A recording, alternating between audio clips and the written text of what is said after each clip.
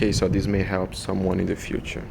So I have this HJC IS-Max 2 helmet, and a few months ago I was riding when something hit the inner visor, here, and probably a rock thrown by the tire of a car in front of me. Not sure. It was quite scary though. And after that, the spring-loaded mechanism stopped working. So by the time I flipped it, when I wanted to retract it, it stopped working. So I was pressing it and it wasn't going back. So I just kind of fixed it partially. I mean, as you saw, it is not totally perfect. When you press it, it doesn't go back all the way, but that's something already. So in order to do it, what you have to do is you're going to remove the inner cushions, so all the padding, remove everything. I mean, it's pretty simple. It's just pull it. There's some pressure pins, and yeah, that's not a big deal. You also take your time and clean it. So the next thing you're gonna have is the shell, the I don't know what is it called, like hardened foam or something. So it is not glued in place. In order to remove that foam, you have to remove this screw here, same on the other side, and also a screw on the inside here, this one. Just remove it. I just put it back in place so I don't lose it, but remove this one and this one, and then you just can slide out the shells. And then the bigger one, which will be right here, it just, like I said, it's not glued in place, so you can easily like slide it out and you will have this, just like I have mine here. So here's the mechanism.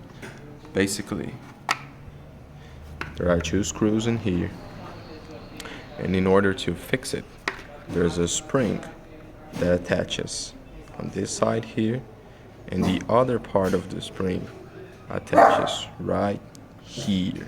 Sorry for the dog. It will attach on this part here, which, by the way, this part right here is the little thing that you push in order to retract the arm. So this is where the other part of the spring has to attach. If you have the same problem as I did, the spring came loose on this lever here. So in order to disassemble it and fix it, you have to remove this entire mechanism. So basically what you have to do, just remove these two screws, and this will not come out. I mean, I was afraid to break it in something. So what you have to do is, once you remove these two screws here, all this mechanism here is just one single piece, just one solid piece.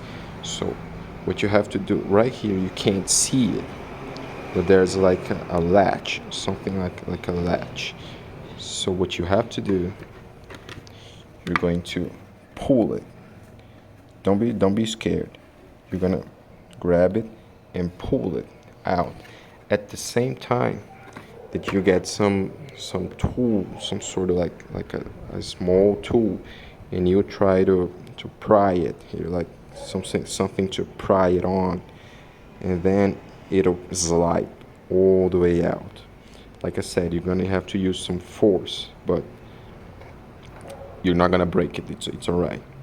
Like I said, one hand you pull it from the inside, and then with your other hand you're gonna pry it right here. You're gonna see, and then the whole mechanism will come out. It kind of looks like a worm. Like you can see, it's kind of like a worm.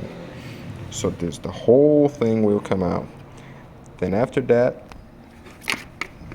if the spring came loose here you can see the spring.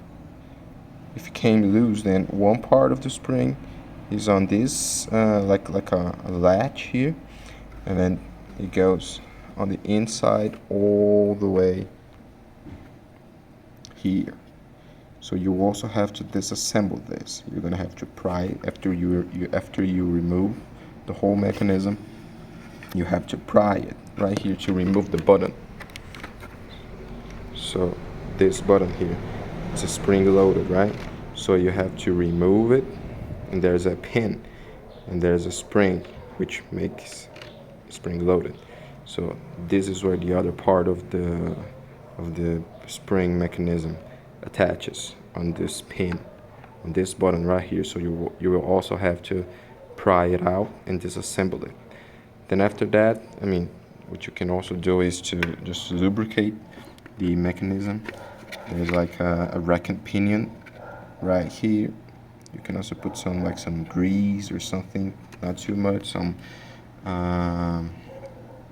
WD-40, you know, that stuff, and then just put it. The assembly is not a big deal. Just put everything back, and again, you probably have to use a little bit of force. On mine here, I did fix it, but maybe I put the spring on the lower side of the pin, and it might have to be on the upper side. I'm not sure. It's not fully working. I mean, I have to press it a few times in order to do it, but it's partially fixed at least. I mean, that's enough for me. I don't want to go through the hassle of disassembling it again. I mean, this is alright for me, but when it was brand new, when I pressed the button, it would slide back all the way like that. But so far, I have to press it a few times.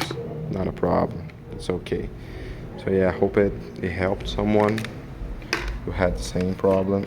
I did try to find this on the internet and I couldn't. So that's how you disassemble the inner visor mechanism. And yeah, thanks for watching.